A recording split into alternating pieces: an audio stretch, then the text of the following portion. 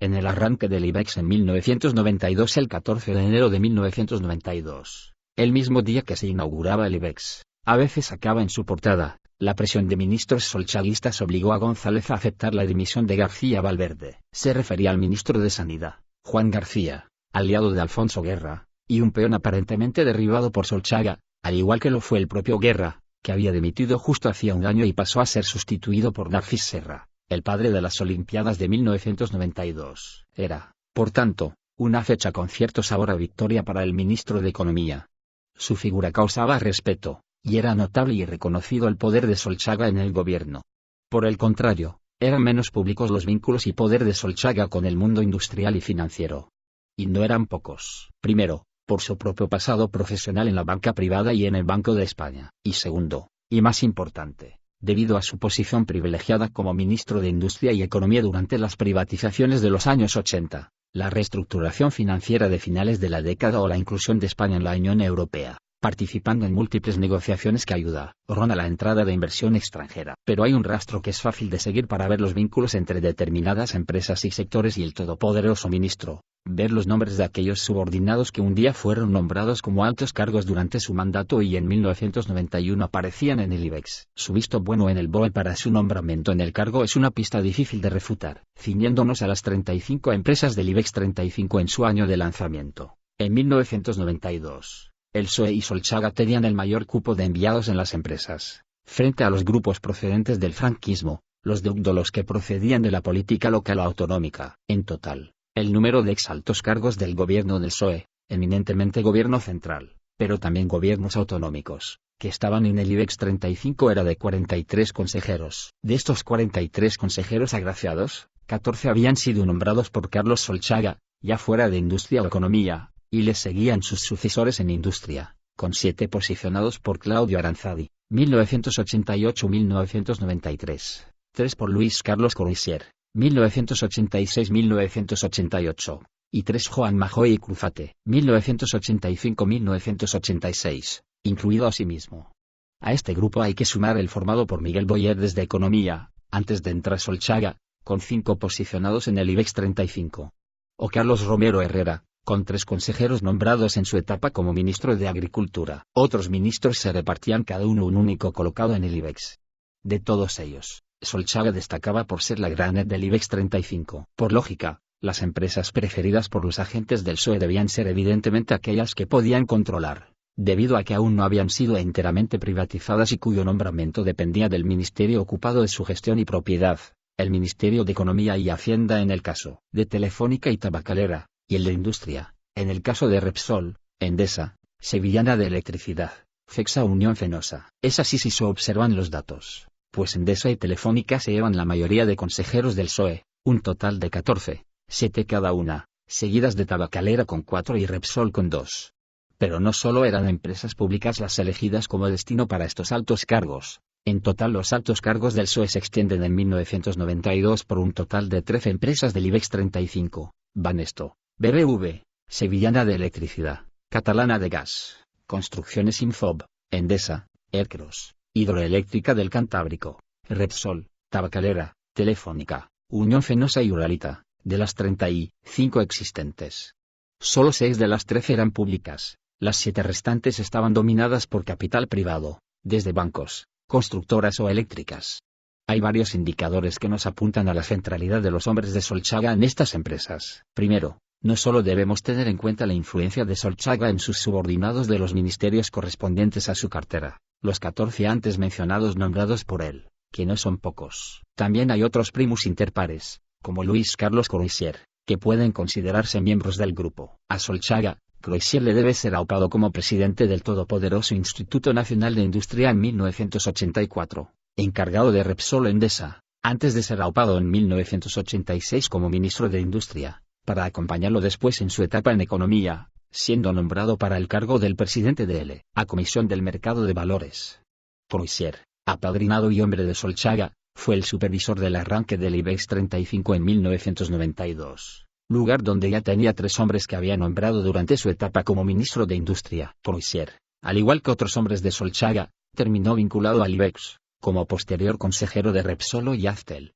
Aunque sus galones no se quedan aquí, pues fue condecorado con la Cruz de la Real Orden de Isabel la Católica por el gobierno de Aznar en 2000. Otro indicio que apunta al poder e influencia de Solchaga más allá de los nombramientos de sus delfines, es la presencia del sector andaluz del PSOE en el IBEX 35. José Aureliano Recio, compañero de gobierno de Manuel Chávez en Andalucía, como consejero de Fomento y Turismo, hasta que abandonó la política en 1986. En el arranque del IBEX, en 1992, era consejero del BBV y de la Eléctrica Sevillana de Electricidad, participada por el BBV y el Estado. Solchaga y Recio se conocían desde su militancia en la UGT de Bilbao, y, al parecer, fue Solchaga quien medió para que fuera fichado por BBV en 1989, momento en que Solchaga aprueba, como ministro de Economía, la fusión entre el Banco Bilbao y el Banco Vizcaya. Si bien la motivación de su fichaje es difícil de contrastar, no lo es la consecuencia, que su compañero y posterior socio se subió al barco de la mayor entidad financiera de España durante el periodo en que éste era ministro. Después de su salida del gobierno, pasan a formalizar su relación en 1999, al fundar la consultora Solchaga y Recio, cuya actividad de asesoramiento se centra en aquellas empresas destinatarias de subvenciones. Para sus actividades de lobby cuentan con una fabulosa cartera de consejeros amigos, así como altos cargos del PSOE, como el expresidente del gobierno, Felipe González, quien en 1999 intercedió en favor del entonces presidente de Endesa, Rodolfo Martín Villa, que vio en peligro 700.000 millones de pesetas de sus inversiones en Chile por el intento del juez Baltasar Garzón de juzgar a Augusto Pinochet. El exministro de Franco reconvertido en empresario, Martín Villa, contrató entonces a Solchaga y este contó con el apoyo de González, que se manifestó públicamente en contra del proceso judicial 2.50. Yo hice la transición en España y no me habría gustado que alguien hubiera interferido en ese proceso. Una vez que teníamos la posibilidad de definirlo nosotros, dijo el expresidente, pero el PSOE y el sector solchaguista no se conformaban con poner sus huevos en el BBV, pues en 1992, y antes de apuntar con toda su artillería contra Conde y Banesto, dejaron encerrados algunos frentes en otros bancos. Aquí saltó a escena uno de los intermediarios del grupo solchaguista en el sector financiero, Claudio Boada, un fichaje procedente de las entrañas del aparato industrial franquista y del clan del Pino Calvo Sotelo. En 1952 fundó Ferrovial junto a Rafael del Pino, José María López de Letona y Leopoldo Calvo Sotelo. Tras ocupar diversos cargos, el recién ascendido ministro de Industria José María López de Letona y Núñez del Pino, su socio en Ferrovial, lo nombró presidente del IGNI. La UN, al crear el Instituto Nacional de Hidrocarburos, pone al frente a Boada. Durante la etapa en que Solchaga es ministro de Industria, este le mantiene en el puesto, siendo encomendado posteriormente a una misión en el sector privado, sanear entidades con una posición de exposición en el sector industrial. El patriarca de la industria en los 70 pasa a ser presidente del Banco Hispanoamericano en 1985, y en 1991 deja la presidencia, tras la fusión del banco con el Banco Central. Su victoria frente a Conde, que pretendía el Central, no fue hacerse con la presidencia del banco resultante. Le bastaba en 1992 con pertenecer a los consejos de 3 empresas distintas, el Banco Central Hispanoamericano, Telefónica e Iberdrola. Durante la etapa de Claudio Boada como presidente del INI y de Solchaga como ministro, se produce el ascenso de Juan Belloso como consejero del Grupo Industrial del Estado, el cual pasó a ser nombrado consejero delegado de Banesto en 1992. Y no solo él, también Antonio Torrero Mañas, otro de los hombres del INI y posterior consejero de Banesto. Estos 2 hombres eran parte del proyecto de Conde para crear un aparato industrial en el banco llamado Corporación Financiera e Industrial. Así, Solchaga y Conde se unían, aunque vigilantes uno del otro, pues no dejaban de ser competidores ante el mismo pastel. Solchaga era el patriarca y Conde aspiraba a ocupar una posición similar. El problema es que Solchaga nunca pensó, ni remotamente, en dejar el cargo a un extraño, alejado del PSOE. No era una cuestión ideológica, sino práctica. La intervención precipitada y abrupta de Banesto en diciembre de 1993 da mayor peso a la tesis de la pugna, lo cual no tiene por qué contradecir que tuvieran una relación simbiótica en el pasado. Anteriormente a la intervención, saltó el caso Argentia Trust, una sociedad pantalla a la cual en 1990 pagó Conde ejecutando la orden el director general Javier Abad, 600 millones de pesetas para, según el banquero, propiciar un clima favorable con la administración, que le permitiera eximir de impuestos a Corporación Financiera de Banesto tras su salida a bolsa. La transferencia y supuesto tráfico de influencias se produjeron en 1990, cuando Solchaga estaba en el gobierno. La apertura del juicio significó que el exministro fuera citado para declarar en octubre de 1994 por el caso. Finalmente, en 1997 Conde fue condenado, y Solchaga salió indemne. A esta lista de apadrinados de Solchaga en el IBEX 35 hay que añadir dos pesos pesados en el Estado durante su etapa como ministro, que actuaron como sus lugartenientes en las grandes privatizaciones del Estado: el hoy banquero Guillermo de la Dehesa y el hoy empresario del negocio del petróleo, Óscar Arfanjul. Este último dirigió el desmantelamiento del gigante Instituto Nacional de Hidrocarburos, creando el grupo Repsol en 1987, parcialmente privatizado en 1989, cuando sacó una oferta pública de valores por valor de 780 millones de euros, equivalentes al 26,4% del capital. Posteriormente entrarán a formar parte del capital el BBV, con el 4,2%, y Pemex, con un 2,9%. Para la operación ambas entidades aportaron acciones de Petronor, un 34,3%, elevando la participación de Repsol en dicha compañía al 88,3%. Esta obtenía la marca de Solchaga. Durante la OB los trabajadores de Repsol podían comprar acciones a crédito y con descuento. Solchaga quería poner en práctica aquella máxima de que España es el país donde es más fácil hacerse rico. Guillermo de la Dehesa fue un fichaje del histriónico Miguel Boyer en la etapa en la que éste expropió Rumasa, propiedad de la familia Ruiz Mateos y Jiménez de Tejada.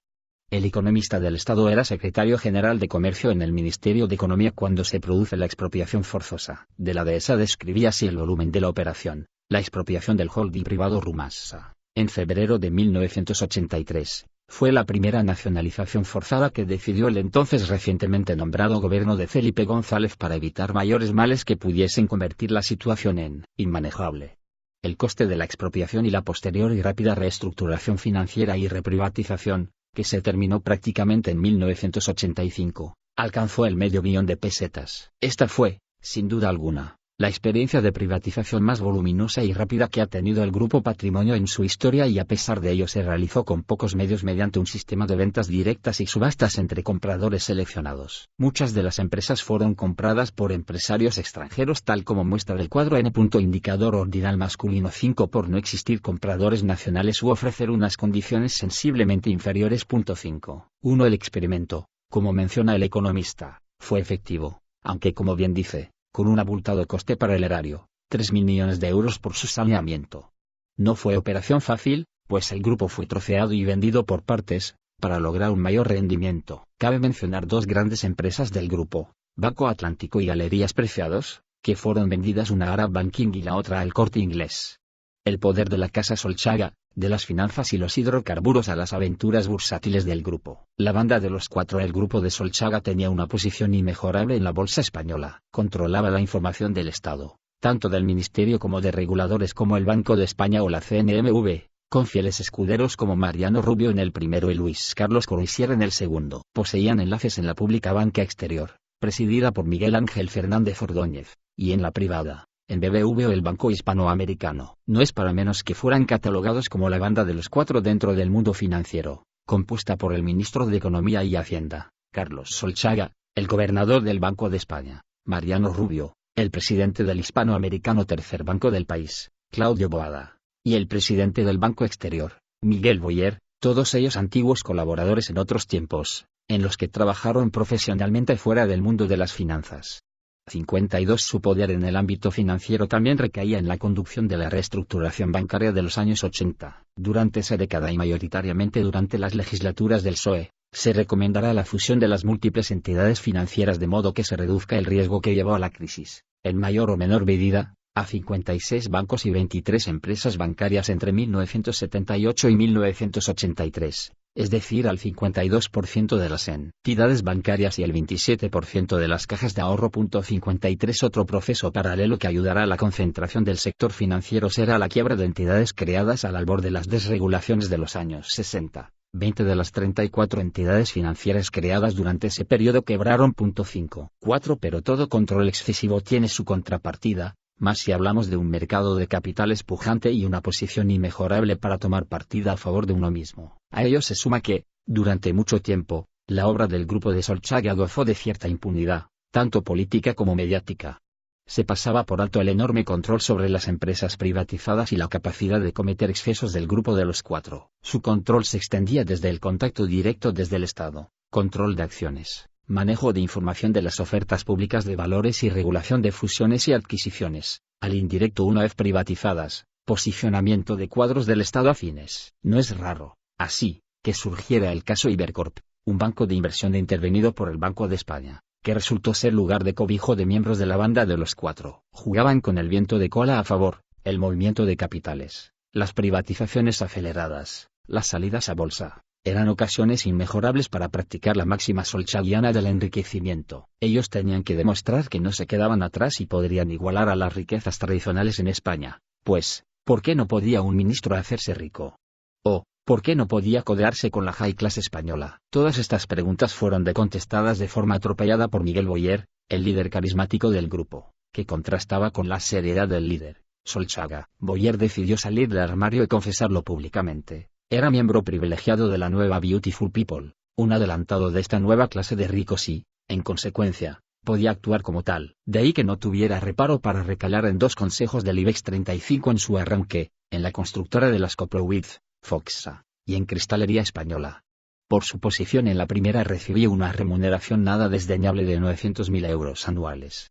Con todo esto, ¿para qué esconderse?, debió contestar Boyer a Solchaga cuando éste vio la portada de Hola del 14 de marzo de 1992, 2 meses después de echar a rodar el IBEX 35. En la portada salían, pletóricos, los miembros de la familia, incluida la mediática Isabel Preisler, protagonista de cotilleos de revistas del corazón desde los años 70 junto a su entonces marido Julio Iglesias, y después a Dalí del buen gusto de la familia socialista. Pero la portada de ese 14M no solo fue una puesta de largo de ella y su glamurosa familia, sino que era la presentación pública del símbolo de la grandeza de los Boyer Preisler, una majestuosa casa de 1.370 metros en la exclusiva zona de Puerta de Hierro, adquirida por el módico precio de 667.000 euros, 111 millones de pesetas. El título de la portada de la revista Hola hizo su guiño a la magnitud de tal hogar, la casa de Isabel Preisler, habitación por habitación. Denotaba que el total de las páginas de la revista podía llenarse con los 13 dormitorios, 14 baños, un cuarto de estar, un despacho, una sala de estar para los niños y un cuarto de juegos, una humilde casa. Todo ello aderezado con una pista de pádel y una piscina descubierta. No obstante, el tiempo no perdona, y tampoco el karma, y el espíritu del socialista Boyer sería suplido por el del liberal Vargas Llosa, compañero sentimental de Isabel Preisler, y el siguiente y último inquilino, hasta el momento, de aquella majestuosa casa. Ocupado de esa portada y su preparación, Boyer no se percató de que los focos no son los únicos que le seguían.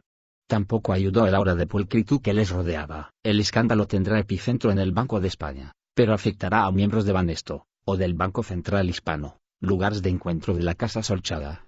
El caso no era menor, y tampoco fue llevado con discreción. Antes de la intervención de Banesto en 1993, se produce la intervención del Banco de Inversiones Ibercorp, fundado por Manuel de la Concha, corredor de comercio por Madrid y síndico de la bolsa entre 1981 y 1987. Era, pues, un gran conocedor de las entrañas del mercado de valores. 2 años después, en abril de 1994, una vez intervenido Banesto, El Mundo publica que Mariano Rubio, exgobernador del Banco de España, tenía una cuenta secreta con dinero negro en Ibercorp por valor de 780.000 euros, 130 millones de pesetas. También se filtra que dicho banco recibió un crédito del Banco de España por valor de 18 millones de euros, en el momento en que era presidido por Rubio. 55 Ese mismo año Manuel de la Concha y Mariano Rubio fueron detenidos e ingresaron en prisión. En julio, la jueza del caso les acusó de cohecho, estafa y apropiación indebida. El País relataba así la espectacularidad del caso. En Ibercorp, se investigaba el trato de favor recibido por algunos de los clientes del grupo, destacados miembros de la llamada Beautiful People, entre ellos, el entonces gobernador del Banco de España, Mariano Rubio, y el exministro de Economía Miguel Boyer, y sus respectivas esposas, Carmen Posadas e Isabel Preisler. De la Concha y sus socios Jaime Soto y Benito Tamayo adquirieron para sus clientes una pequeña compañía de muebles de oficina llamada Sistemas AF que, tras la obtención de importantísimas plusvalías al cotizar sus acciones en la bolsa, se vino abajo con el crash bursátil. De la Concha, al disponer de información privilegiada, vendió sus acciones y las de sus clientes más importantes, evitando las pérdidas y dejando que el resto de los accionistas afrontase el hundimiento de la compañía. 6 Recientemente, Alfonso Guerra, segundo de Felipe González, en un arranque de virulencia contra el grupo que le hacía oposición dentro del PSOE, relataba algunas de las oscuras relaciones que se tejían en Ibercorp y que involucraban a altos mandos de la banda de los 4 años atrás. El gobierno había concedido, a pesar de mi oposición y mi señalamiento del grupo de especuladores a quienes se entregaba, una ficha bancaria a Ibercorp, entidad pilotada por Manuel de la Concha y Jaime Soto, que formaban parte del clan de amigos de Mariano Rubio, gobernador del Banco de España, Miguel Boyer, ministro de Economía cuando se otorgó la autorización, y Carlos Solchaga, ministro de Industria entonces, y de Economía cuando estalló el escándalo de las irregularidades del grupo financiero y se descubrió que estaba implicado el propio gobernador del Banco de España. 5. 7. La forma de organización del grupo, cuerpos de élite, Banco de España y banca privada. Solchaga, antes de ser el padre político del IBEX 35 y referente del PSOE, había pasado por las huestes económicas del franquismo, como jefe de sección de balanza de pagos internacional del Banco de España, y figuraba en la nómina del banco hasta 1974. Allí conoció a Luis Ángel Rojo, director general de estudios desde 1971 y posterior subgobernador del Banco de España con Solchaga y líder de la intervención de Banesto en diciembre de 1993, ya como gobernador. También al gobernador Luis Coronel de Palma, su jefe durante su estadía, quien sería después de esta etapa nombrado vicepresidente del Banesto. Era un grupo curtido en las entrañas del poder económico del franquismo, hijos todos del franquismo opus deiano y padres del nuevo orden económico de la democracia. Solchaga nace en el Banco de España y crece en el Banco de Vizcaya, donde será director del Servicio de Estudios y asesor del presidente del Banco de Vizcaya desde 1976, a las órdenes del presidente Pedro de Toledo. Años después, se verían ambos las caras en la fusión del Banco de Bilbao y el de Vizcaya, Solchaga, como árbitro de la misma, y Pedro de Toledo, como flamante copresidente de la recién creada entidad, una entidad, el BBV, mimado por Solchaga, y en la que recalará su buen amigo y socio José Aureliano Recio. El segundo de a bordo, Miguel Boyer, también comenzó en el Banco de España, en 1969, en el Servicio de Estudios liderado por Mariano Rubio. Antes, había pasado por la cárcel debido a su pertenencia a las Juventudes Socialistas. Su paso al sector financiero, al Banco Exterior en 1985, se hizo por la vía solchaguiana, dependiendo del nombramiento de un consejo organizado por el ministro Navarro. Sustituía a Francisco Fernández Ordóñez, quien pasó a la cartera de ministro de Asuntos Exteriores. Su paso después por el sector privado fue errante, de la empresa de las Coprouiz a Cristalería Española.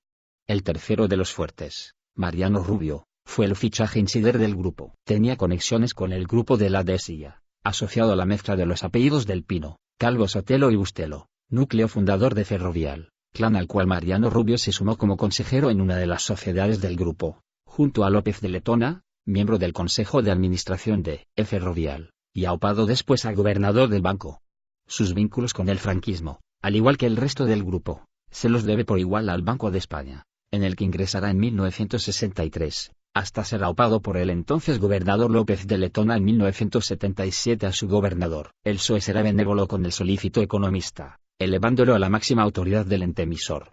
Pero lo que definía al grupo era su común pertenencia a las entrañas del Estado. Eran funcionarios que pasaban por encima de uno y otro gobierno, algo que fue la seña de identidad de la banda, que tendrá 7 economistas del Estado en posiciones estratégicas en el IBEX 35 de 1992. El mencionado Guillermo de la Dehesa, Francisco J. Landaznáez, José Juan Ruiz Gómez, Luis Sempere Couderc, Luis Alcaide de la Rosa, Miguel Cruz Amorós y Ricardo Bolufer Nieto. El resto del grupo no procedía de elevados puestos en el aparato del PSOE, sino que se definían por ocupar mandos directivos en direcciones generales o secretarías generales de los ministerios de Economía y Hacienda, e Industria. Los muchachos de Solchaga eran, pues, burócratas del ministerio, no hombres del partido.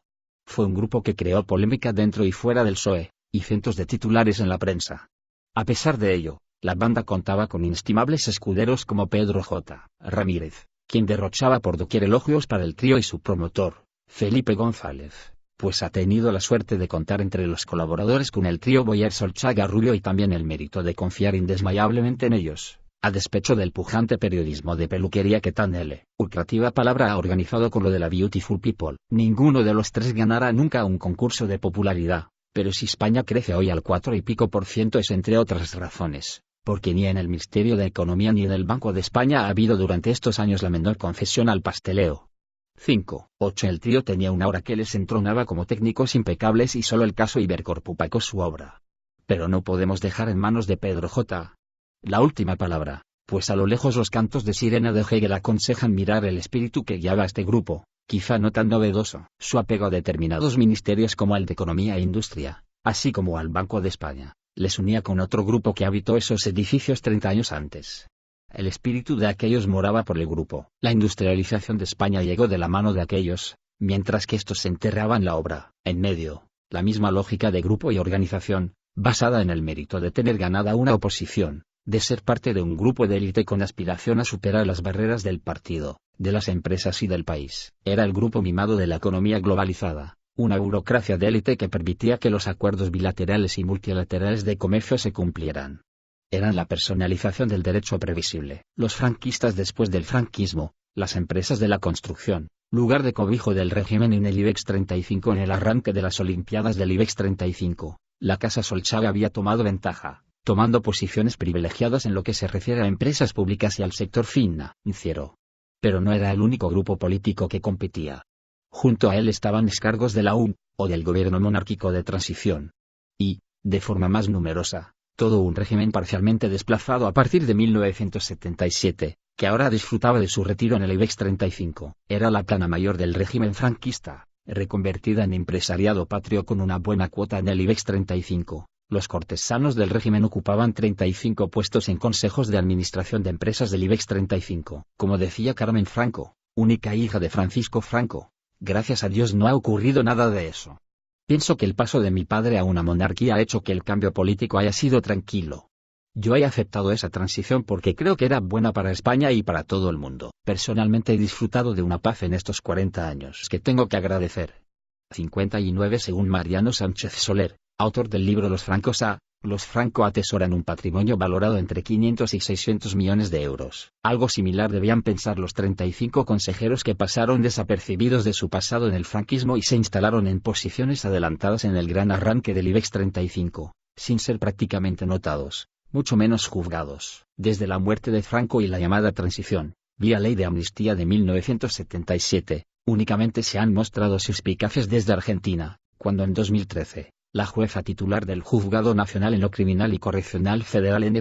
Indicador Ordinal Masculino 1 de Buenos Aires abrió una investigación por una denuncia de robo de bebés durante el franquismo, a la cual se sumaron otras que denunciaban fusilamientos, torturas, desapariciones y un largo etcétera. Finalmente, se cursó una petición al Ministerio de Justicia español para interrogar a 19 cargos del franquismo, entre responsables políticos y fuerzas policiales, acusadas de delitos de genocidio o crímenes de lesa humanidad cometidos en España por la dictadura franquista entre el 17 de julio de 1936 y el 15 de junio de 1977. Entre ellos, estaba Antonio Carro Martínez, secretario general técnico del Ministerio de la Gobernación durante toda la década de los 60, durante el mandato de Camilo Alonso Vega, que ascendió en los estertores del franquismo a ministro de la Gobernación. Carro es un gran ejemplo de la gran versatilidad demostrada por los altos cargos del régimen para moverse por toda clase de aguas. Fueron grandes regatistas de traineras, capaces de competir y destacar en la Copa de el Generalísimo dejándose la piel para conseguir el favor de este. Para ello, hombres como Antonio Carro, a la sazón ministro de la Gobernación, no dudó en firmar sentencias de muerte como la de Salvador Puig Antich en 1974 o las de los últimos 5 ejecutados por el franquismo en septiembre de 1975. José Humberto Baena Alonso, José Luis Sánchez Bravos Ollas, Ramón N. García Sanz, Juan Paredes Manot y Ángel Otaegui Echeverría. Pero, como buenos profesionales, se adaptaron a la democracia sin problema, pues su condición física se lo permitía. Destacando como adalides del proceso democrático, se adaptaron a deportes que requerían altura y cintura, así como velocidad para dar el salto. Antonio Carro fue un adelantado, y de la sede de la Gobernación en Sol llegó, en un memorable salto, al Congreso de los Diputados en la calle Florida Blanca, alcanzando la posición de vicepresidente segundo del Congreso. Tras su retirada, tuvo una recompensa a la altura de su carrera, acabando en el Consejo de Administración de la constructora del IBEX 35, Vallehermoso. En 1992, los ministros de la Casa del Opus, adelantados del IBEX 35, pero el franquismo no era solo un conjunto de miembros procedentes de una etapa. El 5 de febrero de 1964, Emilio Romero denunciaba en el diario franquista Pueblo que lo que sorprende a los españoles desconfiados como pueblo viejo y escaldado, es la aparición súbita e intensa del Opus Dei, a través de sus miembros, en organismos culturales, en empresas industriales, en entidades bancarias y en altos puestos de la administración. A nosotros no se nos ocurriría nunca decir que esto sea injusto, pues conocemos a muchos del Opus Dei y tenemos una alta estimación de su preparación, de sus cualidades y de sus servicios. Pero como han llegado a todos estos puestos destacados sin que funcione un aparato coherente, se hace difícil suponer, aunque aceptados sin reservas la argumentación del señor Ullastres, que, individualmente o aisladamente, se pueda llegar a todas partes en bloque, y en muy poco tiempo, espectacularmente. No podía ser menor el asombro, pues una organización de la Iglesia fundada en 1928, se hizo 29 años después con los principales ministerios de Franco, Mariano Navarro Rubio y Alberto Ullastres, que se hacían cargo de la reorientación económica del país, junto a Carrero, o López Rodó, rodeando al caudillo, consiguieron desplazar a Serrano Suñer y sus acólitos falangistas, instalando a López Rodó como principal ingeniero del nuevo Estado Opus Fonseciano. No son pocos los resquicios de este Estado en el presente. Vale la pena pensar en los 35 consejeros miembros de empresas del IBEX 35 en 1991 que habían pasado antes por altos cargos del Estado durante la etapa de dominación del Opus en el franquismo, una cifra nada desdeñable si se piensa en los 16 años pasados tras la muerte de Franco, y que ocupaban 22 de las 35 empresas del índice. José Luis Sarrese, valedor en el gobierno de Franco del nacionalsindicalismo de Falange Española y las juntas de Ofensiva Nacional Sindicalista, Jons, el gran rival del grupo del Opus, trató de explicar el porqué del poder del grupo del Opus. Mientras andábamos metidos en discusiones bizantinas, el régimen se hundía por falta de suelo financiero. No debe extrañar que se volviera hacia este problema quien, como buen militar, era más dado a las realidades prácticas que a las bellas teorías políticas.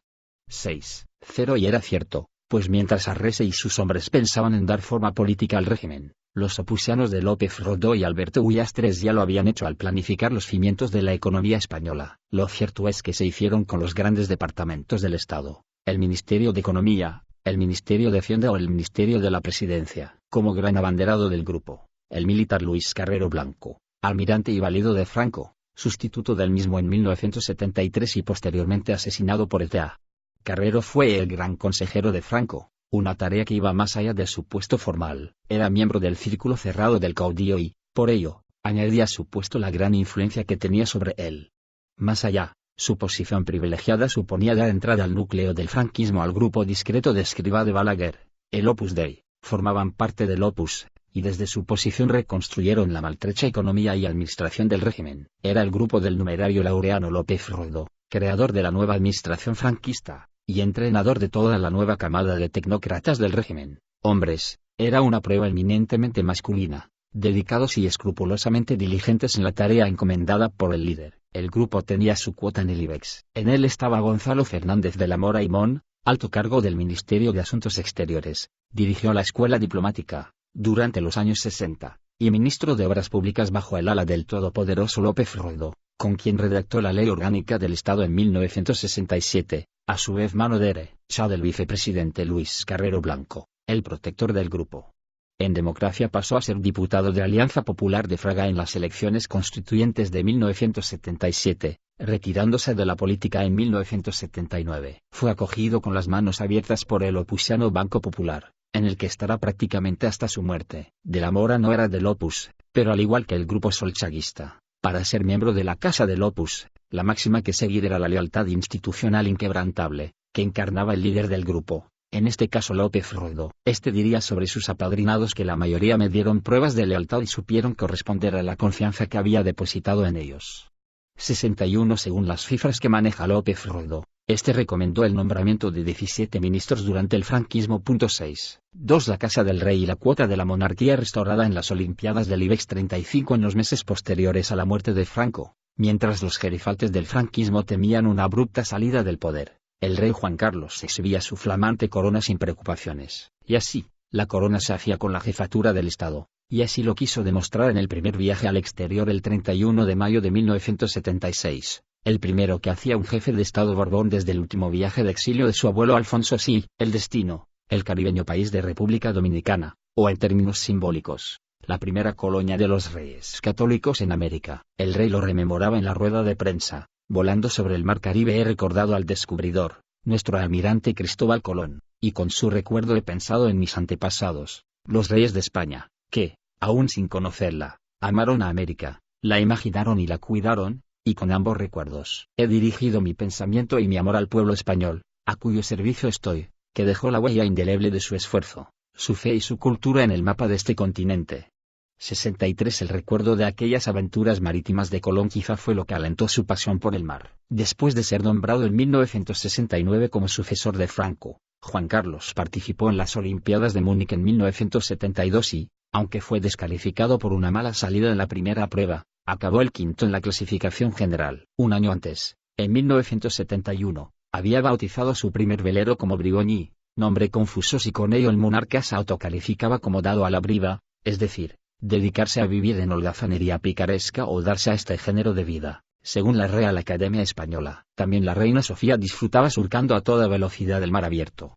Participó al igual que su real pareja, en unos Juegos Olímpicos, los de Roma de 1962, en la modalidad de vela. Pero la aventura olímpica no quedó aquí y la familia de deportistas tuvo su punto más álgido en 1992, cuando se convirtió en anfitrión y participante de los Juegos de Barcelona 92. Entonces fue representada por el príncipe Felipe, que compitió en la modalidad Solín con el AIFOS, y llegó a disputar las semifinales. Además de ser el portador de la bandera del equipo español en la ceremonia inaugural, los Juegos fueron así una oportunidad para limpiar los rasgos de un momificado y decadente Franco que aún se podían distinguir en el rey Juan Carlos. Y no solo eso, sino que dieron una nueva imagen a la monarquía, de máxima autoridad del Estado por pedido del caudillo, abanderando una transición vía pactos. Pasó a ser representada por la imagen de Felipe sosteniendo la bandera de una nueva España competitiva y en una forma física formidable. Fueron unos Juegos Olímpicos para el recuerdo, los mejores, según Juan Antonio Samaranch, presidente del Comité Olímpico Internacional,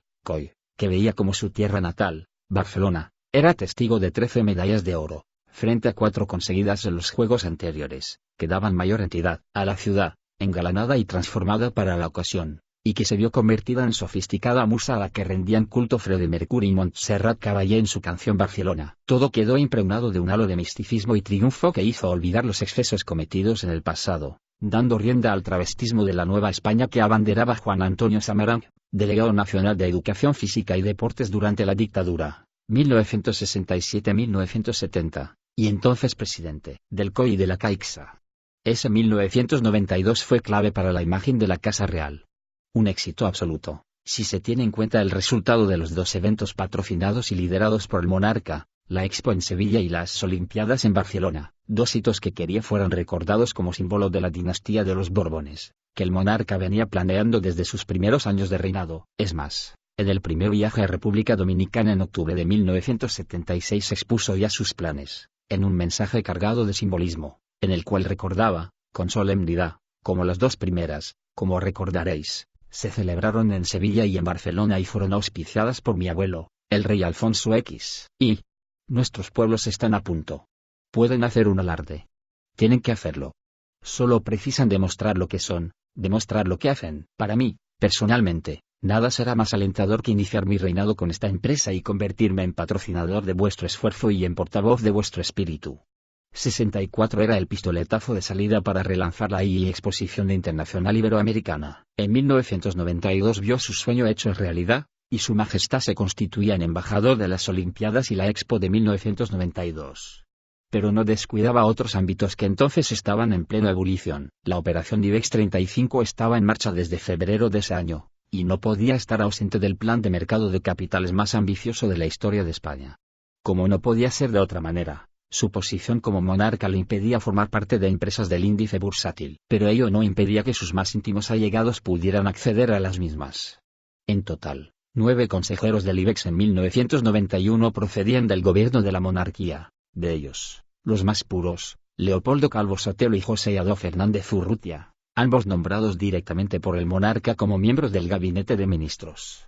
Ambos tendrán como destinos el sector financiero, uno el Banco Hispanoamericano, el otro el BBV. En el mismo grupo podemos incluir a un hombre polémico de aquella era, Federico Gómez de Salazar. General de división, había luchado junto a los nazis en la División Azul, en la 250. Indicador ordinal femenino división de la Wehrmacht. En 1974 fue nombrado gobernador civil del Sahara. El Consejo de Ministros del 31 de octubre de 1974, presidido por el rey Juan Carlos, determinó salir del Sahara, tras el cual el rey se dirigió a La Hayun a reunirse con Gómez de Salazar para dirigir la operación. Ahí alentó a las tropas antes de la retirada: he venido para saludaros y vivir unas horas con vosotros.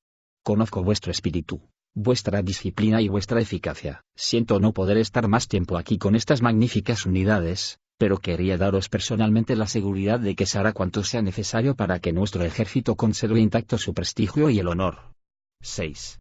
2 meses antes de celebrarse las primeras elecciones, en mayo de 1976, será promovido a teniente general. Tras el intento de golpe de Estado, y debido a la renuncia del presidente del tribunal Luis Álvarez Rodríguez por agravamiento de dolencia gástrica, presidió el Consejo Supremo de Justicia Militar que dictó sentencia contra los implicados en el 23F, en abril de 1982. Del corazón del franquismo salió a la democracia por la puerta del IBEX y en 1991 tendría asiento asegurado en Tabacalera. Su hijo, el teniente general Juan Gómez de Salazar Mínguez, subdirector de la Guardia Civil con el PSOE de González, fue ascendido en mayo de 2016 a jefe de la Fuerza Terrestre del Ejército de Tierra. Menos nombre, pero mayor ella en la administración del Estado tuvieron 2 burócratas que fueron decatapultados de los gobiernos de Juan Carlos y al IBEX, Luis Magaña Martínez y Alfonso Gota Losada, artífices de las 2 grandes reformas que sufrió la economía española en la transición. El primero, valedor de la política energética y la reforma del sector tras la crisis del petróleo. El segundo, de la reforma del sistema tributario, como director general de tributos. El primero acabó en una de las empresas cercanas al monarca, Cepsa. El segundo en Tabacalera. Otro poco conocido pero con gran poder entonces fue José María Concejo Álvarez. Como director general de Patrimonio del Estado estaba a cargo de Telefónica y Tabacalera. Era, pues, una pieza clave del Estado en las 2 grandes empresas públicas, y se mantendrá en el cargo todo el periodo que dure el gobierno transicional de Adolfo Suárez. En representación del gobierno, tendrá además un asiento en el Consejo de Administración de Telefónica, sitio que preservará en 1991 en la firma de telefonía, y al que sumará otro en el BBV. También hubo otros en el IBEX que no ostentaron puestos en los gobiernos de la monarquía restaurada, pero que eran muy próximos al monarca, como su primo Carlos de Borbón dos Sicilias, que participaba en el Consejo de Administración de Cepsa. No era simplemente un familiar, pues con él compartió infancia y estudios en el Pardo, en un momento de estrecho cerco por parte del caudillo, que vigilaba de cerca a su sucesor. A diferencia de Juan Carlos y, con una carrera asegurada en el Estado, su primo Carlos fue un adelantado en la empresa privada. Trabajó en Nueva York, México y Perú para el banco de inversión norteamericano Chase International Investment Corporation y fue uno de los consejeros más codiciados del IBEX 35, donde consiguió sentarse en 5 empresas de forma simultánea en sus últimos años: Marsans, Cepsa, Abertis, Abengoa Solar y Real Urbis.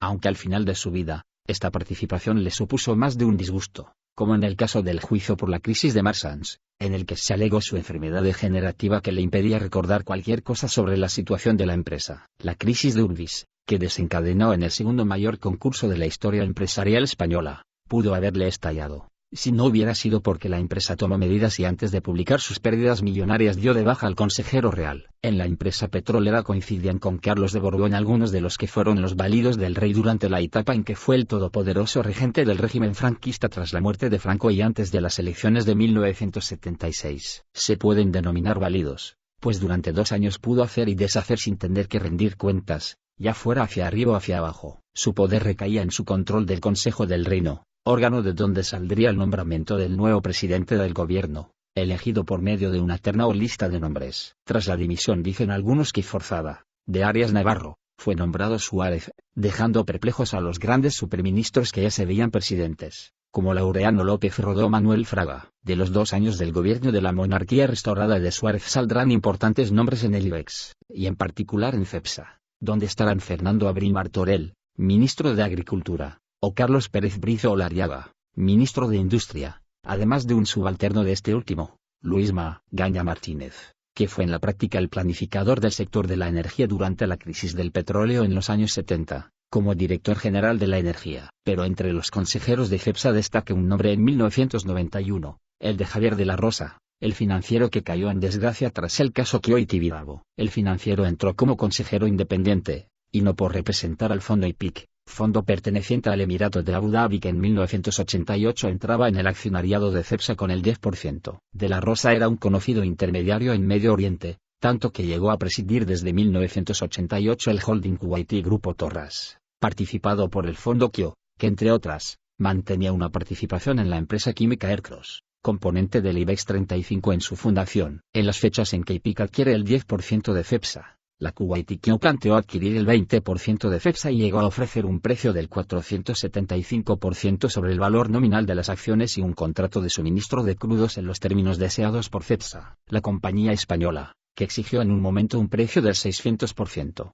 lo rebajó al 500%, pero sin llegar al precio máximo ofertado por el grupo Kuwaití. Es importante analizar la conexión entre Javier de la Rosa, consejero de FEPSA, y Ercros, en cuyo consejo se sentaba el patrón de las Olimpiadas, Samaranch, y el que sería después portavoz de Aznar, Josep Piqué, pues la empresa de derivados del petróleo estaba participada por de la Rosa, a través de la sociedad Mesa Redonda S.L., de la cual tenía el 60% de las acciones, dato que tuvo que desvelar el juez en 1996, y que utilizó como fianza para seguir cubriendo la fianza civil de 13.333 millones de pesetas exigida a Javier de la Rosa por sus responsabilidades en la crisis de Gran Tibidabo. Pero el caso Ercros no quedó aquí, salpicando a todos los miembros del Consejo en la venta de una filial del grupo AFEPSA. Ocurrió en enero de 1991, cuando Javier de la Rosa Martí, en representación de Ercros, vendió todas las acciones de Ertoil a General Mediterránea Holdings A, GmbH, representada por Nadmi Auchi y Nasir Aviv, por 36.500 millones de pesetas. Una sociedad que no estaba relacionada con el sector petrolífero, constituida en Luxemburgo, y que tenía como domicilio, a efectos de notificaciones, el del despacho de abogados de Javier de la Rosa, Folchi y de Pascual Asociados, en Barcelona. Al día siguiente, la sociedad GmbH otorgó a ELF el derecho en exclusiva a la adquisición del 100% de las acciones de Ertoil, y el 30 de abril de 1991, ELF cedió a FEPSA la opción de compra de Ertoil. El 26 de septiembre, GmbH vendía a FEPSA el 100% de Ertoil. En la operación se desfalcaron 10.28 millones de pesetas, 60 millones de euros. Casualmente, como presidente del Grupo Torras, en Gran Tibidabo coincidirá con otro de los validos del rey Juan Carlos, su administrador Manuel Prado y Colón de Carvajal, descendiente de Colón, gestor del patrimonio del rey, y al que nombró, en respuesta a su buen hacer, senador en la legislatura C. Constituyente, desde junio de 1977, y en 1978 presidente del Centro Iberoamericano de Cooperación y embajador de España en misión extraordinaria. Era embajador sin embajada, lo que le permitía viajar con los privilegios y derechos de una misión diplomática. Durante aquellos años, Prado fue emisario del rey en numerosas ocasiones, para conseguir que el presidente de Francia, Giscard d'Estaing, acudiese a la ceremonia de entronización de don Juan Carlos en la iglesia de los Jerónimos, o el viaje a Rumanía, para hablar con el presidente Nicolae Ceausescu, para que éste convenciera al secretario general del PCE, Santiago Carrillo, de que debía dar un margen de confianza al nuevo monarca. Viajó por medio mundo, y quizá por ello lo simultaneó durante la etapa transicional con la presidencia de la aerolínea pública, Iberia. Tal amistad y confianza con el rey se debe precisamente a Carlos de Borbón, que en 1961 organizó una cena con su primo Juan Carlos y Manuel Prado en el nuevo club, cena que se alargó hasta la madrugada. Tras ese encuentro fueron inseparables, y la carrera de este último imparable. En los años 60 presidió o formó parte de consejos de administración de empresas como Ericsson, la Societe Generale de Banca en España, Intelsa y Ford España, que se instalaba en nuestro país. Manuel Prado encarnaba entonces la sombra del rey en los dos eventos más importantes de 1992. Fue vicepresidente de Gran Tibidabo, gestor del Parque Temático de Barcelona, hasta el 24 de diciembre de 1992, solo unos meses después de los Juegos Olímpicos. Antes de su retirada, Gran Tibidabo compró unos terrenos en Sevilla a la sociedad Expovías, aprovechando el tirón que tenía entonces la ciudad tras la Expo. En esa operación, Gran Tibidabo, entonces CNL, prestó 1.500 millones de pesetas a Expovías, cuya garantía de préstamo eran unos terrenos y un hotel en Dos Hermanas, Sevilla. Las condiciones pactadas consistían en que Expovías recompraría los terrenos, pero estas no se cumplieron porque de la Rosa y Prado firmaron en diciembre de 1992, antes de la renuncia de un nuevo pacto en el que Gran Tibidabo renunciaba a la recompra y además cambió los terrenos originales por otros. Los nuevos terrenos tenían un valor de 658 millones de pesetas, menos de la mitad que los anteriores. El caso se saldó con la demanda del grupo Quiva de la Rosa y Manuel Prado, y su paso por prisión en 2004. Tras destaparse el caso en 1993, 2 años más tarde el cerco se estrecharía sobre la figura de Juan Carlos, siendo defendido por el fiscal general del Estado, Carlos Granados, que justificaba que el rey estaba al margen de los negocios entre el diplomático Manuel Prado y Colón de Carvajal y el financiero Javier de la Rosa. Lo cierto es que el Consejo de Administración de Gran Tibidabo parecía una foto un tanto escandalosa. Emilio Casinello, excomisario de la Exposición Universal de Sevilla, el exconsejero de la Generalitat de Cataluña Vicent Soller, y Juan Antonio Samaranch Salisach, hijo de Samaranch, presidente del COI de la Caixa. No descuidó Manuel Prado, el administrador privado del rey, la Expo de Sevilla, en la que ostentó toda clase de puestos antes de celebrarse, durante y después. Fue presidente de la Comisión Nacional de los Actos del Centenario del Descubrimiento de América, 1981-1982, y en 1982 defendió con éxito la candidatura de Sevilla para la celebración de la Exposición Universal. Durante la exposición fue miembro del Consejo de Administración de la Expo 92 en representación del Ayuntamiento de Sevilla, y ya acabadas, en diciembre de 1992. Deja la sociedad catalana, fue nombrado presidente de Partexa, empresa que gestionó el Parque Tecnológico Cartuja 93, heredera de los terrenos de la Expo. Por designios del destino, Colón de Carvajal y el rey de España volvían a unirse con América como motivo, siendo de nuevo Colón el gran adelantado en los negocios, si bien esta vez perdurará la amistad y confianza. En Cepsa, además de los cercanos al rey, como Abril Martorell Pérez Bricio, los exministros estaban acompañados por empresarios que hicieron fortuna con el régimen como Enrique Marsans, heredero de los Marsans, que vendió la empresa de viajes al Estado en 1965, para ser luego vendida a un amigo de el rey en 1985, a Gerardo Díaz Ferrán, y a Gonzalo Pascual. También estaba en Cepsa el patriarca de los Carceller, hijo del ministro de Industria de Franco, y dueños de DAM, Campo Frío y la petrolera Disa. 66 de la Rosa y que han sido un alambre de espino en la cabeza del monarca. Demasiadas conexiones ataban a de la Rosa y al administrador del rey. A las conexiones de ambos en empresas como Tibidabo o Expovilla se sumaba su intermediación en el negocio del petróleo con los Emiratos y Arabia Saudí, asunto sobre el que circulaban rumores de que el rey cobraba una comisión de intermediación por cada barril que salía de la península arábiga. Algunas muestras de cariño había entre el monarca y de la Rosa, como el hecho de que un año antes de la polémica operación del Tibidabo, en 1990, por su cumpleaños, de la Rosa le regalara un Porsche al monarca valorado en 20 millones de pesetas. El uso y disfrute que hizo de aquel coche queda registrado en el accidente que tuvo al ir a Vaqueira en las Navidades de 1990 y que relató El País. 6. Todo iba sobre ruedas mientras se mantuvo a flote esos años, pero su exposición en numerosas operaciones turbias estuvo a punto de llevarse por delante al gobierno y la monarquía. La gota final fue una supuesta comisión de 300 millones que fue a parar a Manuel Prado desde Kew, juzgada en un tribunal de Londres. La historia se remonta a la invasión de Kuwait por Saddam Hussein, seguida por la intervención norteamericana y británica que quería volver a controlar la zona colocando de nuevo a la familia Al-Sabah, uno de cuyos miembros era el presidente también de Kew, al frente del Emirato. Al final de la guerra se descubrió un agujero de 55.000 millones de pesetas de la época que la Kuwait Investment Office, Kew, mantenía en las cuentas de su filial española, el Grupo Torras. Según de la Rosa, aquella cantidad se utilizó para el pago de favores políticos realizados en pro de la liberación del Emirato, en concreto para permitir que los aviones de la Fuerza Aérea de Estados Unidos pudieran utilizar las bases españolas para repostar en sus periplos al Medio Oriente. En un juicio celebrado ante la Corte de Londres, Javier de la Rosa reconoció haber entregado a Manuel Prado y Colón de Carvajal hasta 160 millones de dólares, de los que el propio Prado reconoció en sede judicial haber recibido 100 millones de nada en dos entregas de 80 y 20, algo así como 15.000 millones de pesetas de la época, recepción que justificó como el pago de dictámenes y trabajos de asesoría por él realizados para de la Rosa.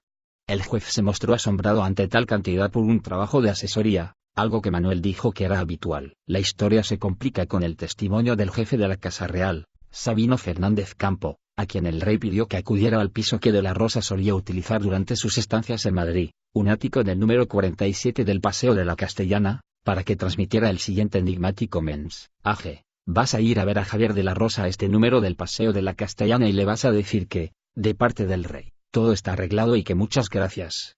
A lo cual Sabino, perplejo, preguntó, pero, bueno, ¿no hay que decir de qué se trata? 8 Los casos se acumulaban para de la Rosa y Manuel Prado. Para el primero, era uno de un torrente de casos que involucrarán a otros de los válidos del rey Juan Carlos, pues en el caso Kew también estuvo otro de los protegidos en su legislatura de la Corte Real, Rodrigo Echenique, director de Política Interior, nombrado el 26 de abril bajo la firma de Manuel Fraga como ministro de la Gobernación. En 1988 acabó en el Banco Santander como consejero, banco del que fue posteriormente vicepresidente. Junto a él estaba en Santander el oguitense Matías Rodríguez Inciarte, economista del Estado, y secretario general técnico en el Ministerio de Hacienda en julio de 1976. Su relación con el monarca es desde 2008 más próxima, ya como presidente de la Fundación Príncipe de Asturias. Rodrigo Echenique, como consejero delegado de la entidad, se involucró en un conjunto de créditos al grupo de Javier de la Rosa para hacerse con diversas empresas. En total, el Santander tenía el 20% de los recursos propios invertidos en KIO. El último crédito concedido, de 390 millones de euros, 83.000 millones de pesetas, de aval para que KIO se hiciera con el 100% de Torras,69 a cambio de 13,12 millones de euros de comisión, elevado importe que se dio por dos motivos según las palabras de Echenique: una comisión alta por dar el aval y prestar financiación para esta OPA, y porque normalmente hablaba por boca de Javier de la Rosa, no preguntábamos demasiado. El juez interrogó también a Emilio Botín, y en su auto acotó que, según el consejero delegado era quien llevaba las negociaciones con KIO y Grupo Torras, y como la comisión de 4.500 millones de pesetas se refería a las dos operaciones, aval y cuenta de crédito, y que se adaptaba al riesgo que el banco asumía.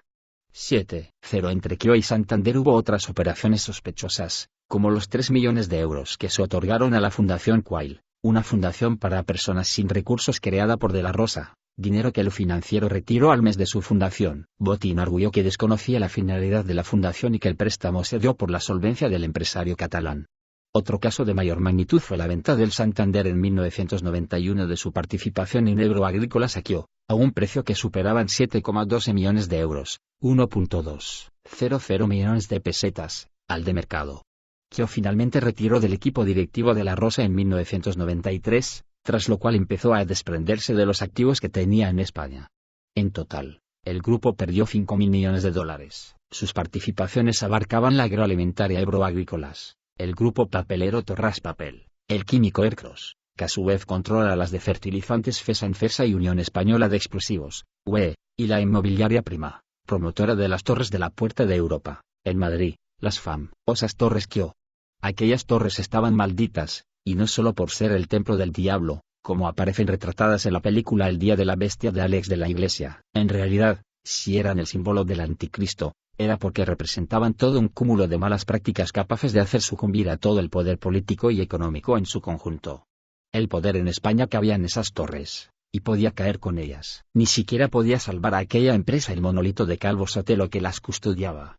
La maldición fue tan fuerte que siguió con sus nuevos inquilinos, Caja Madrid, devorada por la misma ansia de expansión sin fin que predominó en KIO, la Casa del Rey. Además de la relación con KIO, el Santander del clan Botín mantenía una relación estrecha con el monarca.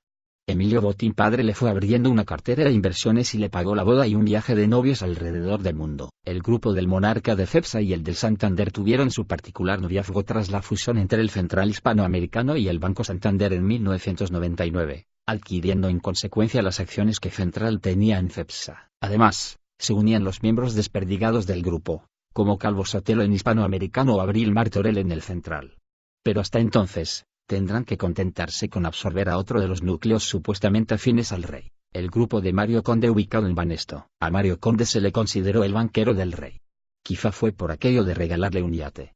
Estar cerca del rey no garantizaba el éxito. Por ello, para analizar las consecuencias de la amistad del rey en los grupos que le rodeaban, es útil exponer el resultado de operaciones críticas que se hicieron en los años 90 y que involucraban la construcción de un gran grupo industrial, por parte del grupo KIO, del grupo Banesto, y del Grupo BBV. Mario Conde y de la Rosa acabaron en prisión, acusados de sacar dinero de caja supuestamente, según los involucrados, por pagos a políticos. Conde fue condenado por la Audiencia Nacional en 1997 por el caso Argentia Trust en el que desaparecieron 600 millones de pesetas, 3,6 millones de euros.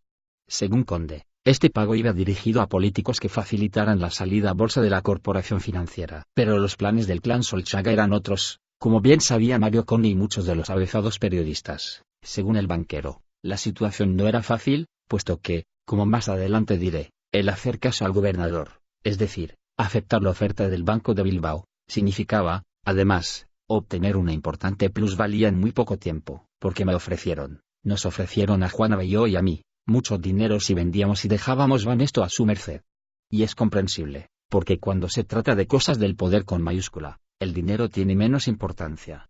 Al fin y al cabo el Estado siempre dispara con pólvora del rey. Por otro lado, Yo no pertenecía a ninguna de las familias de Banesto ni tenía ningún tipo de vínculo especial con esa institución, por lo que tampoco existían razones históricas para hacer frente a una entidad tan poderosa como el Banco de España. Además, estaba en presencia de una operación política, puesto que el Banco de Bilbao estaba soportado por el gobierno o, al menos, eso decían los medios de comunicación. 7. 1. El Grupo Selecto de Barcelona 92 y del IBEX 35. Los llamados a levantar el nuevo estado postindustrial. El arquero Antonio Rebollo fue el encargado de encender la llama del pebetero del estadio de Montjuïc con diéresis C, entonces llamado Estadio Olímpico Lluís Companys. Con templanza y seguridad, apuntó la flameante flecha a lo alto del estadio.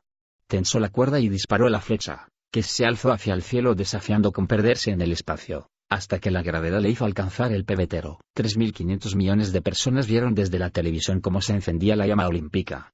Unos instantes antes, Felipe de Borbón había desfilado por la pista, bandera en mano, presidiendo la comitiva española de deportistas olímpicos. Los anfitriones del evento, Pascual Maragall, Juan Antonio Samaranch y el rey Juan Carlos, con breves discursos en catalán y castellano, pasaban a inaugurar oficialmente los Juegos Olímpicos, calificados después como los mejores de la historia. Era el acontecimiento del año en España, un acto histórico que nadie se quería perder. No era objetivo menor aparecer en el palco de honor, un lugar codiciado, objetivo de paparazzi y prensa rosa, donde la historia mundial se hacía presente, entremezclándose figuras tan variopintas como Nelson Mandela, Fidel Castro, José María Aznar o el rey Juan Carlos. El contexto histórico apuntaba a que ese momento era único, pues no hay que olvidar que solo un año antes la Unión Soviética se había disuelto y exsoviéticos competían entonces bajo el paraguas ilusorio del equipo unificado, contexto que no les impidió liderar el pódium olímpico con 112 medallas. Alemania acudía unificada y Cuba volvía a participar en unos Juegos Olímpicos después de desaparecer,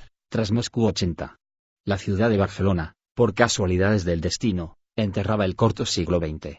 Para muchos famosos de la época, era una oportunidad única para destacar y exhibir poder. Para llegar a un puesto visible en el palco muchos tuvieron que abrirse paso y dejar a otros a un lado. Los varones socialistas tenían preferencia, en calidad de gobernantes locales y nacionales, también los convergentes de Pujol. Por el contrario, Aznar no lograba pasar del segundo plano, con su semblante serio y la solemnidad de ser el jefe de la oposición al gobierno. Todos se mostraban pletóricos, como si no hubieran tenido que repartir codazos para sentarse en un lugar estratégico. Tal desasosiego no afectaba a los reyes, que alternaban con absoluta normalidad, y sin pausa, las ciudades de Barcelona y Sevilla, saltaron de la Expo a las Olimpiadas en un abrir y cerrar de ojos. En la capital andaluza se dedicaban a la constitucional labor real de dar la bienvenida a autoridades y altas personalidades extranjeras, como Gorbachov o Mitterrand, que acudían a la Expo quizá con el reclamo de visitar el último lugar donde la palabra socialismo todavía lograba congregar millones de adeptos. El PSOE lograba ser así un polo de atracción para desorientados y nostálgicos, y para otros, no tan nostálgicos y en pleno romance con la sociedad capitalista, que reconocían en el PSOE al mesías del nuevo socialismo. Gorbachov, a pesar de estar alejado ya del poder, no parecía ser de los desorientados, pues esos días se movía como pez en el agua por España. Antes de llegar a Sevilla y la Expo 92 pasó unos días en Mallorca con el rey, que le recibió con honores de jefe de Estado en una cena en el Palacio de Marivent. Después tomaron un avión de la Fuerza Aérea para ir a Sevilla, donde tuvo un almuerzo con Felipe González. Enamorado de España, cerró su visita, calificada como privada, con unos días de descanso en el archipiélago canario. El expresidente de la Unión Soviética, que no avisó a la embajada ni a las autoridades rusas, se sentía muy cómodo en España. Por algún casual, se sentía identificado con la obra del hispalense González, quien tuvo enfrente una tarea similar a la suya, pasar de un cierto control del estado de la economía a liberalizarla en un periodo corto de tiempo.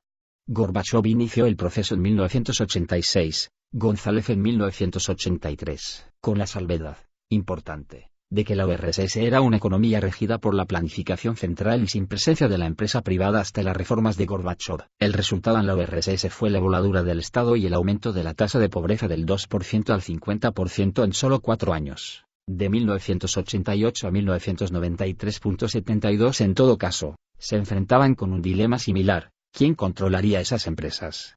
¿Quién se haría con el accionariado? Si la idea era que el Estado, el principal inversor de empresas del IBEX en 1992, desapareciera en favor de inversores privados nacionales, La realidad decía que en los años de las Olimpiadas las grandes fortunas en España tenían una capacidad adquisitiva muy limitada si se compara con la actualidad. La lista Forbes de 1990 no daba muchos nombres patrios, si bien entre ellos destacaban el banquero Botín, con una fortuna valorada en 1.350 millones de dólares, seguido de las hermanas Koplowitz, con una fortuna valorada en 600 millones de dólares, la duquesa de Alba, con 160 millones, e Isabel Preisler, con 84 millones. El IBEX 35 cuando arrancó en 1992 daba cuenta de los límites de la burguesía española y su incapacidad para convertirse, por sí misma, en gran burguesía transnacional. De las 35 empresas que participaban en el selecto índice, solo 2 tenían accionistas individuales con participación mayor del 50% en el accionariado, Mario Caprile y Joaquín Casasus en la constructora Huarte, la cual pasará en 1993 a manos del exministro Villarmir, y en otra constructora del IBEX 35, Foxa, donde mantenían una participación del 51,66% las hermanas Koplowitz. Con participaciones menores gestionaban su entramado los March, los eternos referentes de la burguesía transnacional. Los banqueros mallorquines crearon la Corporación Financiera Alba, de la cual poseían el 30,15% a través de la banca March, propiedad de la familia al 100%, y con la cual han controlado sus participaciones en empresas del índice. En el estreno del índice, en 1992, la corporación tenía acciones de Uralita. Había algunos accionistas con participaciones menores al 10%, aunque con posibilidad de controlar la dirección de las empresas por medio de pactos parasociales con otros accionistas.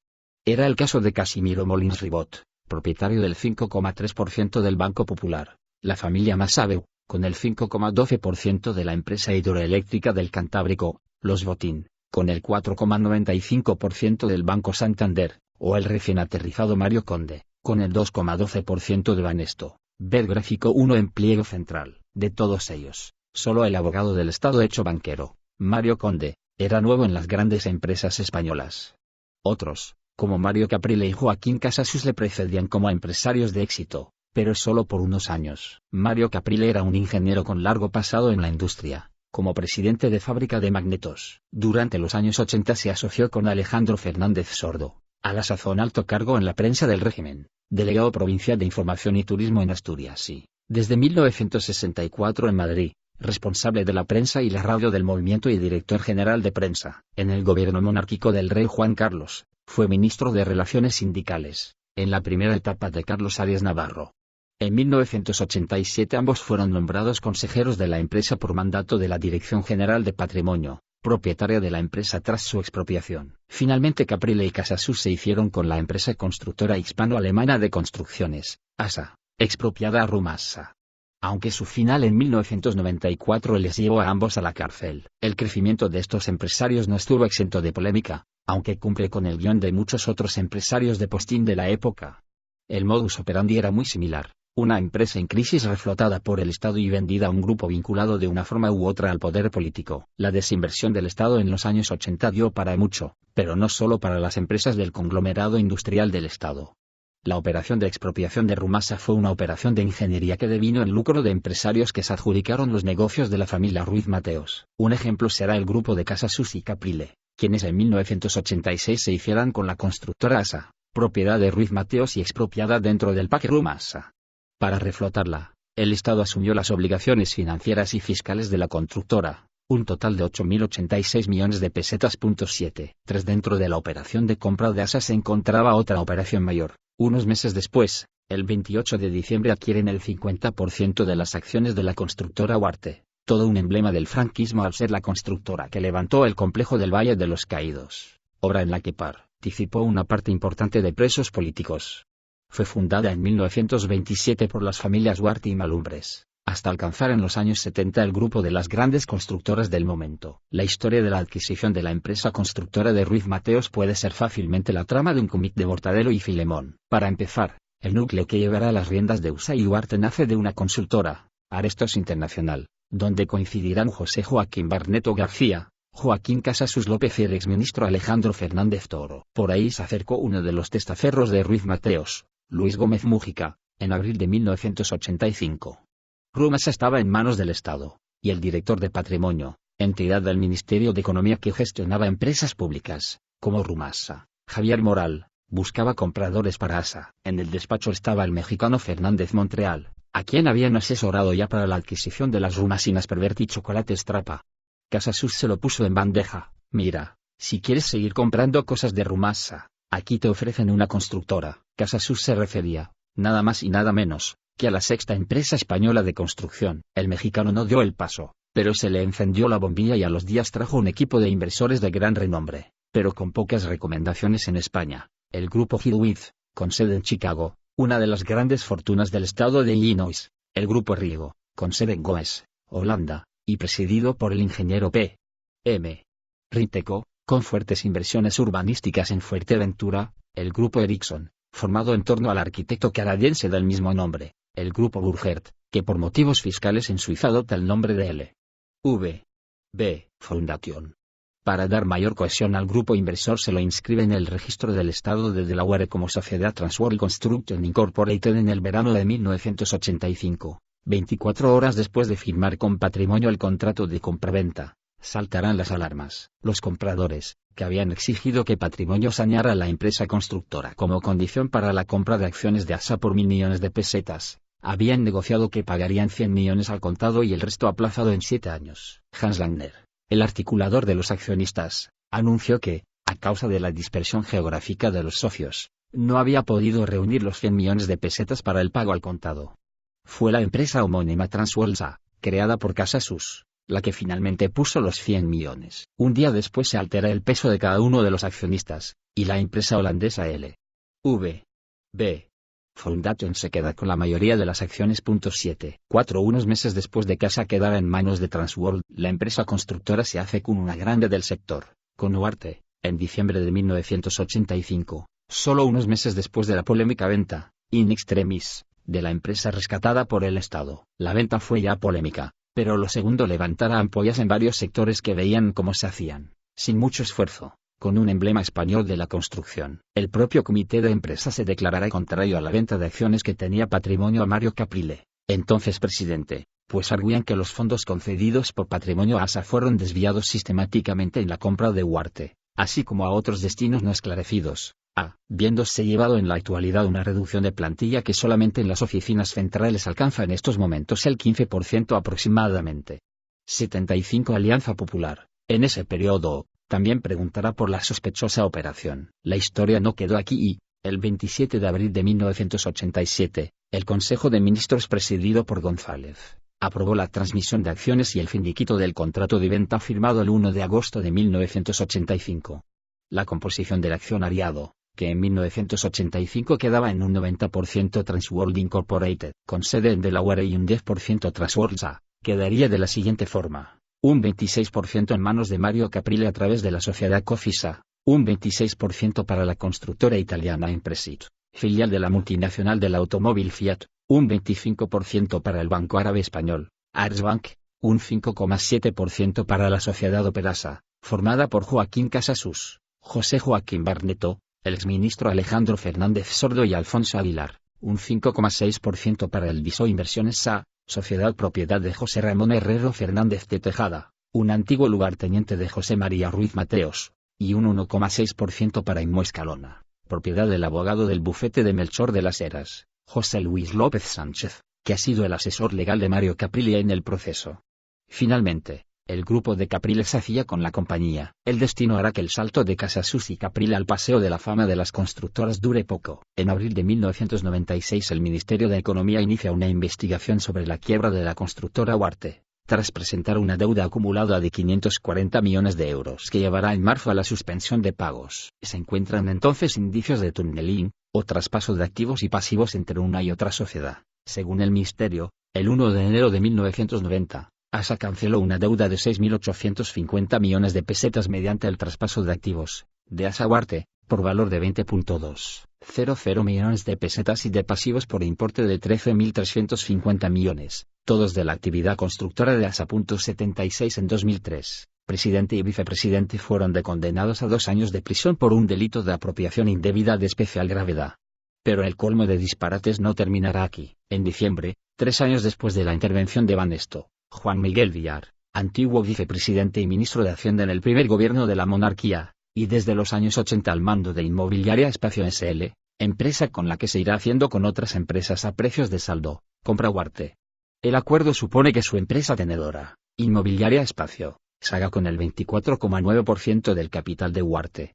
Espacio pagaría a Constructoras San José una peseta ahora y 2.500 millones de pesetas dentro de 2 años.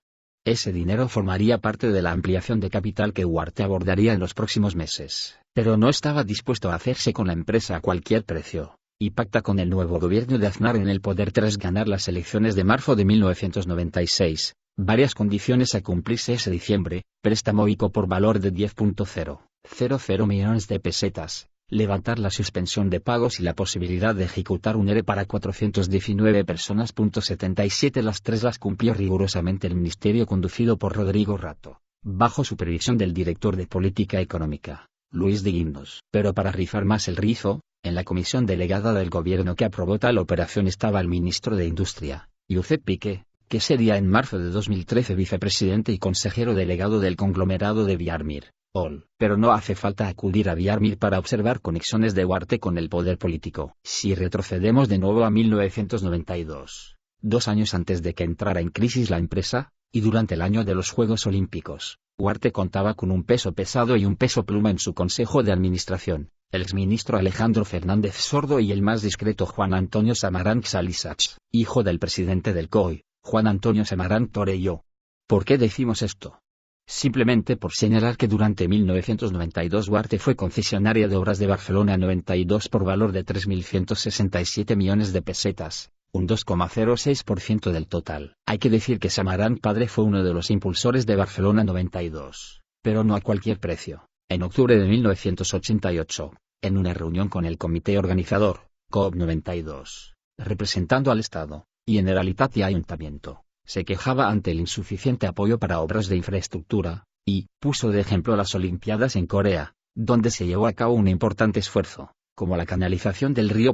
78 Lo cierto es que Huarte, empresa donde figuraba el hijo de Samaranch, no fue de las más beneficiadas por la adjudicación de obras de las Olimpiadas de Barcelona 92. La mala fortuna para el dueto Casasus Caprile hizo que otro grupo les adelantara sin piedad: Fomento de Obras y Construcciones, FOCSA, la empresa de las ricas Coprowidz, que se hizo con el 26,79% del importe total adjudicado, 41.144 de un total de 153.551 millones de pesetas. Por suerte para las Coprowidz, estas contaban en su consejo con un peso pesado de la todopoderosa banda de los cuatro, Miguel Boyer. El consejo de la constructora era todo un elenco de viejas glorias, desde el mencionado ministro socialista, hasta el sobrino de Franco, José Serrano Suñérpolo, pasando por un alto cargo del Ministerio de Fomento durante el franquismo, subdirector general de Puertos y Señales Marítimas, cargo por el que pasó Viarmir, venido a presidente de la constructora, Guillermo Vicedo Navarro. Vicedo Navarro empezó como ingeniero en dragados, empresa creada en 1941 por Ildefonso Sánchez del Río,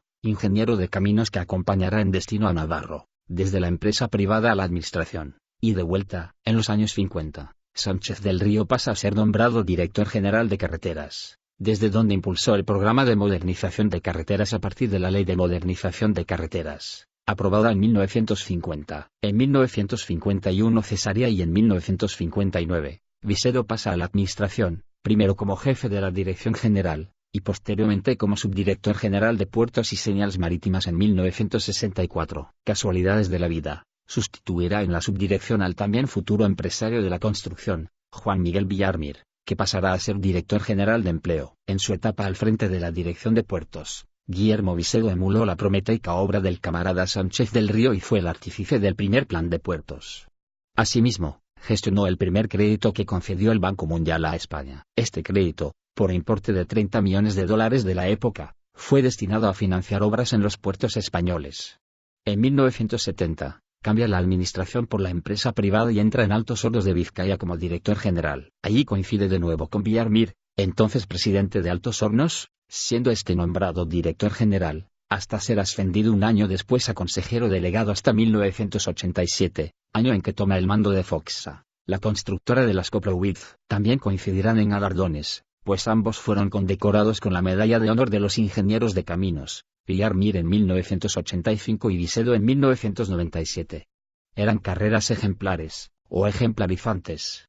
El imperio Koprowicz nació en la misma década que Dragados. Surgirá del matrimonio entre un ingeniero polaco emigrado, Ernst Koprowicz Sternberg, y la marquesa de Casa Peñalver, Esther Romero de Juseu y de Armenteros, quien resultará también íntima amiga de Carmen Polo, la mujer de Franco. Aquella unión, forjada en los beatos bailes organizados en el Ritz en los años 40, venía bendecida desde el principio. En agosto de 1944, Ernst entra como accionista principal en Construcciones y Reparaciones S.A., fundada unos meses antes, y que rebautizara como Construcciones y Contratas S.A., KICSA, ese mismo año. Para asegurarse la buena estrella, Ernst sitúa en el Consejo de Administración a dos miembros del clan Franco, a José María Martínez Ortega, conde de Argillo, consuegro de Franco, que ocupaba la presidencia, y a uno de sus hijos, Cristóbal Martínez Bordiú, marqués de Villaverde y casado con la hija de Franco, que ocupaba un puesto de consejero. Este consejo se mantuvo durante unos años. La muerte de Ernst en 1962 hizo que Esther Romero de Juseu ocupara la vicepresidencia, dando pie a que Ramón Areces, presidente del Corte Inglés, accediera a la presidencia de KICSA en 1966. Se decía que Areces y Esther tenían una relación sentimental. Este llamaba a las hijas de la marquesa sus niñas. Tan estrecha era la relación que desde mediados de los años 60 la empresa de las Koprowicz, KICSA, se encargó de la realización de toda clase de obras para el Corte Inglés, beneficiándose de la fuerte expansión de estos grandes almacenes por el territorio nacional, con 7 nuevos centros comerciales entre 1970 y 1979. El año de constitución del IBEX 35, en 1992, FOCSA y KICSA se fusionan formando FCC, Fomento de Construcciones y Contratas, la primera empresa constructora española, y una de las 20 más grandes de Europa. Además contaba con la mayor cuota en el mercado de recogida de basuras, controlando el 70% del mismo. 79 El recorrido de FOCSA fue paralelo a la divina unión entre la burguesía catalana y los apellidos más Sardá, Cortinas y Torres, junto con destacados prohombres del franquismo. FOCSA está ligada a esta familia más Sardá, propietaria de la banca más Sardá, apoyo financiero de la empresa, cuyos miembros han estado presentes en el Consejo desde su fundación. Ostentaron la vicepresidencia hasta 1956, momento en que escalan hasta la presidencia, que mantendrán hasta la fusión con KICSA, a excepción de los años 1974-1979, que la ocupó el todopoderoso Ramón Serrano Suñer, cuñado de Franco. En tercer lugar, en KICSA estaba la familia Torra, de la casa de banca Soler y Torra Hermanos, que no estuvo entre los fundadores, pero que accedió al Consejo en fecha tan temprana como 1928. José Torra Closa fue presidente de FOCSA desde 1939 a 1956, y en 1970 llegó a la vicepresidencia José María Torre Martí, donde se mantuvo hasta la fusión. Entonces aparecieron, entre un gran escándalo y algarabía, los famosos Albertos, que no dudaron en mezclar negocios, intrigas y familia, todo en el mismo saco. Fueron los actores perfectos para una industria, la de las revistas del corazón, que necesitaba nuevos personajes surgidos de abajo, que dieran brío a la novela gris sobre la sociedad postfranquista. Aparecieron así dos primos, enamorados de las ricas y aristócratas Koprowicz y, ya de paso, de los negocios de sus parejas. Las dos hermanas se casaron el mismo año, 1969, con los primos Alberto Alcocer y Alberto Cortina. 3 años después entran como consejeros de KICSA y en 1987 consiguen hacerse con la presidencia de la entidad. Desde la entrada en los 70 de los Albertos, KICSA fue ampliando su negocio. A partir de 1973, la firma madrileña se introdujo en nuevas actividades, como limpiezas industriales, fabricación de tubos, obras hidráulicas, carreteras, contratos con Renfe, vertederos, depuraciones de agua y recogida de basuras. A finales de los 70 comienza una política de compras y expansión, con la entrada en el capital de la cementera Portland Valderribas en 1978. A inicios de los 80 pasa a grandes compras y entra como accionista en Banco Zaragozano y en la competidora FOCSA. En el consejo de FOCSA se encontraba un pariente de Alberto Alcocer Torre, el vicepresidente José María Torre Martí. Así pues, el acercamiento con su competidora quedaba en familia. Los Albertos no aguantaban los límites de su despacho, más con los movimientos que se anunciaban en España tras la entrada en la Unión Europea y la Unión Monetaria. Un dinamismo hiperactivo que les hizo ser el centro geodésico de los negociados de la época. Para salir al mundo de las oportunidades de la bolsa española, crearon una sociedad, Cartera Central. Lo primero fue negociar con el polémico Grupo Q en 1987, del cual tenían referencias a través de su amigo Javier de la Rosa, conocido también en el entorno del rey. A través de esta sociedad se hicieron con el 15% del capital del Banco Central en manos del Grupo Kuwaití. En el central fueron la pieza que necesitaba Solchaga para evitar la presencia extranjera en el Banco Español. Con cartera central, los Albertos se convirtieron en los 80 en principales accionistas del Banco Central que presidía Alfonso Escámez, y llegaron a controlar el 2% de Banesto, en plena guerra financiera para impedir el ascenso de Conde hacia la presidencia de la futura entidad fusionada. A finales de 1988, los Albertos ficharon a uno de los peces gordos de la solchaguista banda de los Cuatro, poniendo como presidente de cartera central nada más y nada menos que al exministro y destacado beautifuliano Miguel Boyer. Los Albertos entraban así de lleno en los planes del grupo afincado en el Ministerio de Economía. Más cuando el central se hizo con el 2% de Banesto antes de su pretendida fusión. Eran piezas clave de Solchaga para afianzar un conglomerado industrial financiero afín pero privado. Aquella aventura predestinada a llenar toneladas de papel cuché tocó fondo. El primer golpe vino por una portada de 10 minutos de febrero de 1989, donde se podía ver saliendo de un hotel austríaco a la condesa de Romanones y Alberto Cortina. 2 años después los amantes se casarían. Los líos de faldas con la nobleza acabaron con el matrimonio Cortina-Koplowitz, y, poco más tarde, con su posición en las empresas familiares, pues a las pocas horas de la publicación del número fue obligado a dimitir de Construcciones y Contratas. Su salida abrupta de Quixa fue un preludio. Por si esto no fuera suficiente, los planes se fueron torciendo a medida que se estrechó la relación con Kio, el cementerio de elefantes donde muchos encontraron el fin de los días de gloria. Parte del negocio con los kuwaitíes era que, en la venta de las acciones que tenían del central, se incluía la cesión de los Albertos de los terrenos de la madrileña Plaza de Castilla a Kio para construir las torres hoy de Caja Madrid y Realia. En 1993 estalló la burbuja de la Beautiful People. Lo hizo para los Albertos, para Mario Conde, y para los amigos del rey, de la Rosa y Manuel Prado. Ese año Pedro Sentieri y los socios minoritarios de Urbanor, que habían comprado los terrenos de Plaza de Castilla, denunciaron a los Albertos por estafa y falsificación de documento privado de venta. Denunciaban que los Albertos habían acordado un precio de 231.000 pesetas, 1.388 euros, el metro cuadrado, pero solo recibieron 150.900 euros. En 2003 fueron condenados a 4 años de prisión, condena recurrida y postergada hasta 2013.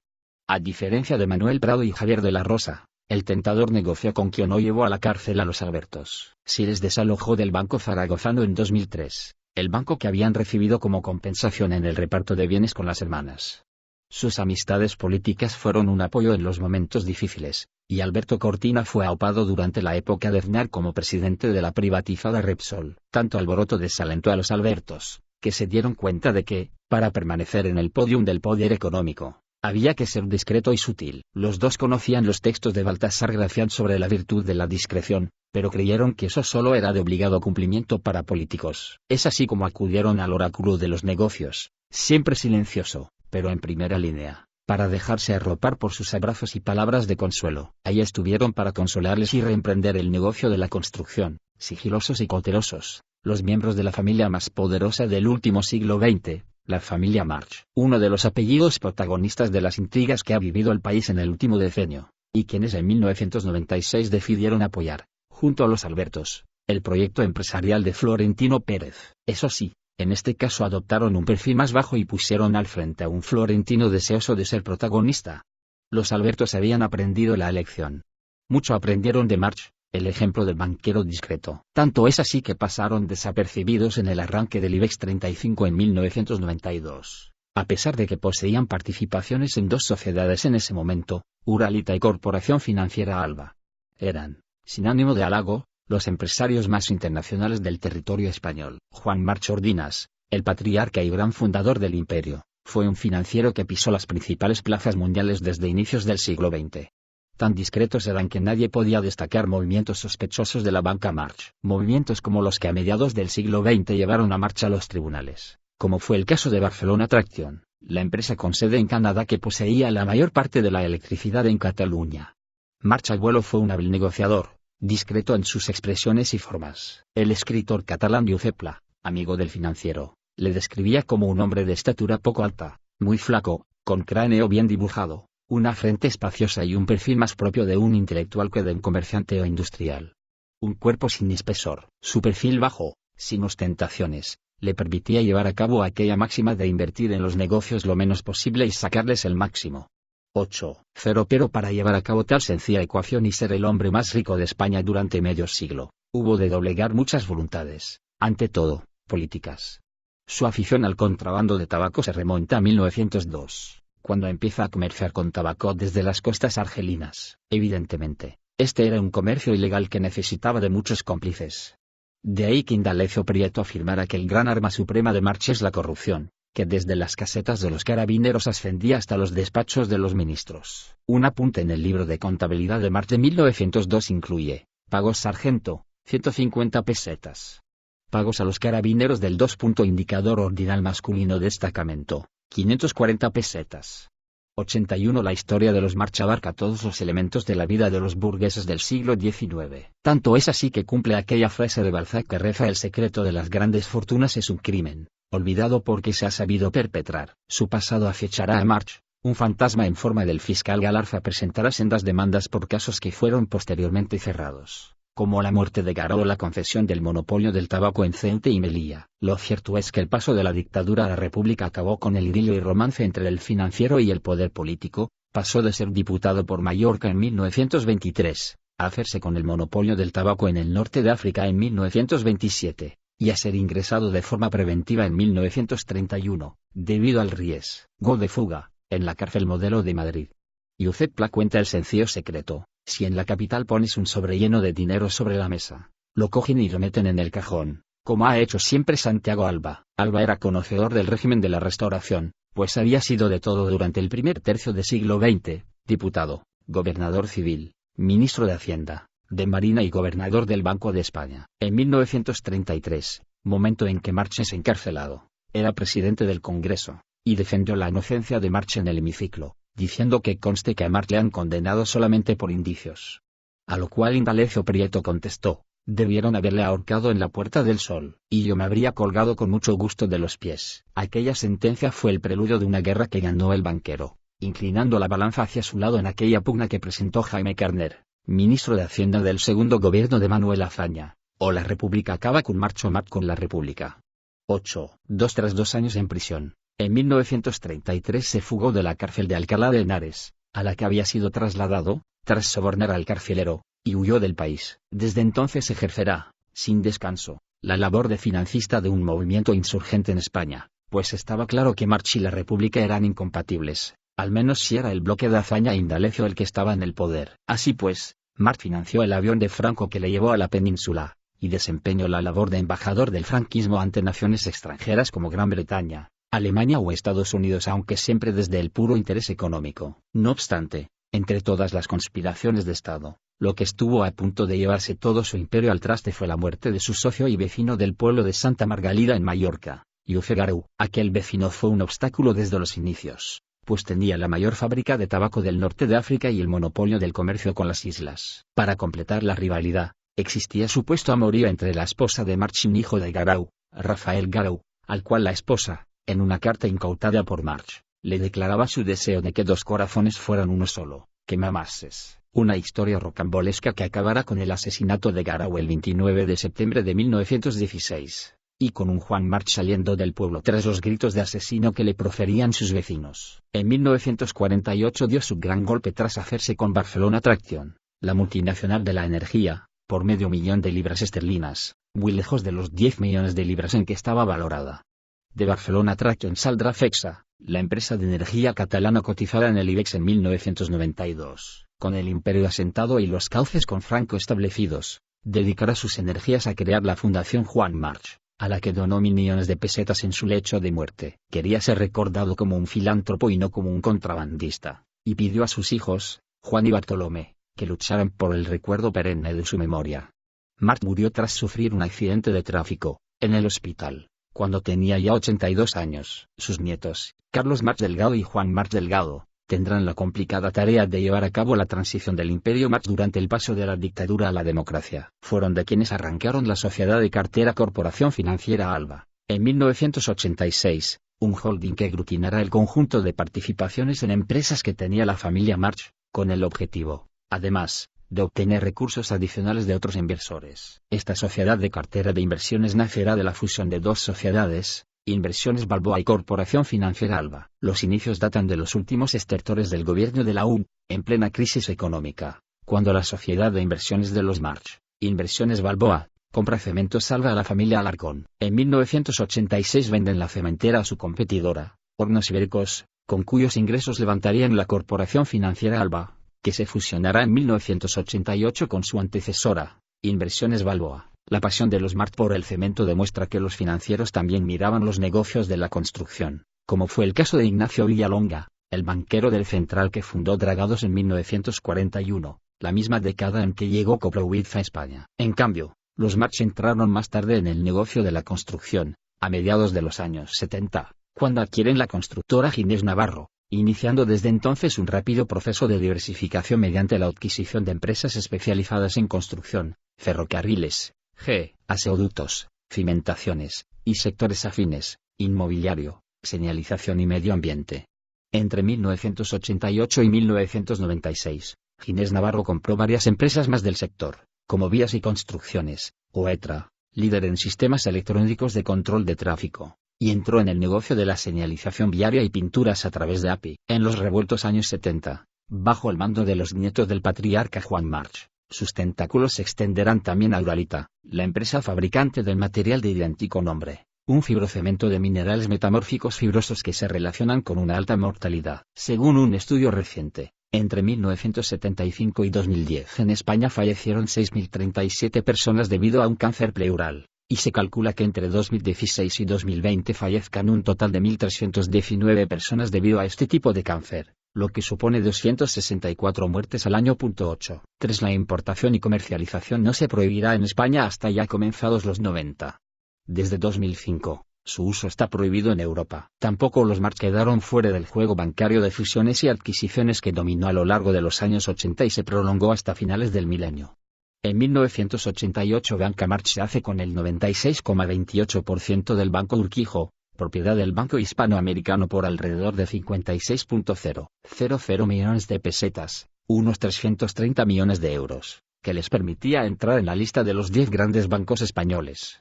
Pero la política de compras no solo se circunscribía al ámbito económico, fueron hábiles cortesanos, que igual fichaban al máximo responsable de patrimonio del Estado durante los últimos años del franquismo, que a una de las figuras que pasaron por las altas esferas de la UN, del PSOE y después del PP, el primero, Víctor Mendoza Oliván, aprobó las oposiciones para abogado del Estado y fue catapultado como director general de patrimonio durante los últimos 5 años del régimen franquista. Fue fichado para el Consejo de Corporación Financiera Alba, algo que les permitía tocar desde cerca las empresas pertenecientes a patrimonio como Tabacalera o Telefónica. Si no fuera suficiente, podía acudir a Alfredo Lafita Pardo, en la Corporación Financiera y en Telefónica, y a Jaime Urquijo Chacón, Uralita y Tabacalera. En Uralita tenían como fichaje estrella a Eduardo Serra, mano derecha de Oliarte en el Ministerio de Industria con la UN, al que siguió en su destino como subsecretario del Ministerio de Defensa. De ahí saltó como subsecretario del ministro del PSOE, Narcís Serra, hasta ser elevado a secretario de Estado de Defensa desde 1984 a 1987. Ello lo entrona como la segunda autoridad del Ministerio de Defensa en el periodo en que se ratificó la entrada a la OTAN y la plena incorporación de España. Su periplo en uno y otro gobierno, con una parada en el Consejo de Uralita mediante, tuvo su continuación en el Consejo de Ministros de Aznar en 1996, cuando fue nombrado ministro de Defensa con el PP. Era un hombre versátil. Fueron visionarios en lo que significa el afuera y el adentro en el poder, y por ello dejaban hueco a otros en su proyecto, a aquellos que disfrutaban momentáneamente del poder. De ahí que en 1992, solo el 30% de las acciones de Corporación Financiera Alba en 1991 estaba en manos de la Banca March, un 9% en manos del Consejo y el resto era capital flotante con participaciones menores. Ese porcentaje aumentó hasta el 70% en la siguiente década. La invitación a formar parte adquiere a veces la forma de cifras. 15 empresas se reparten el 90% de la obra pública contratada para los Juegos Olímpicos de Barcelona 92. Rizaba un titular del País el 30 de junio de 1990. Sorprendido, el autor sacaba cifras que pudieran iluminar aquel hallazgo surrealista. Su sorpresa impregna todo el texto, con titulares en cada párrafo que pudieran impactar en la opinión pública. El grado de concentración de las adjudicaciones de Barcelona 92 supera al que se desprende de la distribución por empresas del presupuesto contratado en 1989 por el Ministerio de Obras Públicas y Urbanismo, MOPU, en toda España. El reparto de la tarta de las infraestructuras de Barcelona es tan reveladora como inquietante. Las Coplowitz, dueñas de Foxa y Quixa, se llevaban el 30% de las adjudicaciones. Sus empresas constituían la segunda empresa de construcción por ingresos, mientras se llevaban el doble de adjudicaciones de Barcelona 92 que la primera constructora española, Dragados. En Foxa, como ya se ha mencionado, estaba sentado Miguel Boyer, el superministro expropiador de Rumasa, y, por tanto, responsable de que la constructora hispano-alemana de construcciones fuera despegada de las manos de Ruiz Mateos. No era el único alto cargo socialista en una constructora. Eduardo Serra, aupado por el PSOE como secretario de Estado de Defensa en 1984 desde posiciones inferiores que había ocupado con la UN, el segundo de Narcís Serra en el Ministerio de Defensa durante la inclusión de España en la OTAN se pasó también a la paleta y el cemento. Durante las Olimpiadas de 1992 era consejero de Cubiertas Infob, empresa que se llevó la segunda mayor parte del pastel, 23.096 millones, el 15,04% del total de la partida. Todo ello siendo la tercera constructora por ingresos. Pero el segundo de Narcís Serra también tenía tiempo para otras constructoras. Se sentaba en el consejo de Uralita, la empresa participada por Banesto, y que se llevó el 3,34% del presupuesto. El ex alto cargo socialista y posterior ministro del PP representaba así dos empresas que se llevaron el 18,38% del presupuesto, una cantidad nada despreciable. Para acompañarle en su tedioso destino, tenía como apoyo a Eduardo Foncillas Casaus, nombrado por el PSOE embajador en Alemania en 1983, y uno de los artífices de la venta de Seat a la alemana Volkswagen. Por el contrario, la primera constructora del país quedaba desplazada a la tercera posición en adjudicaciones, un 9,17% de los 153.551 millones. Recordemos que en esta empresa se sentaba Liceño de la Fuente y de la Fuente, uno de los padres de Alianza Popular, que en 1992 ya había cambiado su denominación a Partido Popular. En total, los chicos del PSOE en las constructoras sumaban casi el 40% de las adjudicaciones, lo cual hace pensar, ¿qué relación hay entre el urbanismo catalán y el PSOE? Para desentrañar esta cuestión, vayamos al origen de las Olimpiadas de Barcelona 92. Un primer nudo se remonta al promotor de la idea, Narcís Serra, alcalde socialista de Barcelona en las primeras elecciones municipales de la era democrática y quien trasladará en el verano de 1981 al rey Juan Carlos para que la bandere como propia. Yo os pido, señor, autorización para iniciar la competición que supone ofrecer esta candidatura y os ruego vuestro alto patrocinio y apoyo. Le exhortó al rey. La centralidad de Serra puede llevarnos a pensar que era el PSOE quien movía los hilos, pero sus primeros pasos y su militancia tardía matizan esta hipótesis. Se afilió al PSC, Partido Socialista de Cataluña, en 1978, un año antes de ser nombrado alcalde de Barcelona y un año después de ser nombrado consejero de Política Territorial y Obras Públicas del primer gobierno de Tarradellas. No hacía falta que los socialistas catalanes le promocionaran, pues su carrera había despegado hacía ya tiempo y era él quien podía facilitar contactos a los socialistas. Era sobrino de Narcís de Carreras y Guiteras, expresidente del FC Barcelona, 1968-1969, presidente de la Caixa, 1972-1980, concejal del Ayuntamiento de Barcelona y procurador en Cortes en la etapa franquista. Su padre, José Serra, trabajaba en el despacho de este en Las Ramblas. Además de ser socio de la empresa Piensos Compuestos Roselsa, suspendió pagos en 1991, y abogado de la Asociación de Algodoneros Catalanes. Así pues, se entiende que con 22 años Narcís fuera jefe de estadística de la Cámara de Comercio de Barcelona tras licenciarse en Ciencias Económicas por la Universidad Central de Barcelona. En la etapa universitaria fue activo políticamente, y fue delegado de su facultad en el SDEU, Sindicat Democràtic d'Estudiants de la Universitat de Barcelona.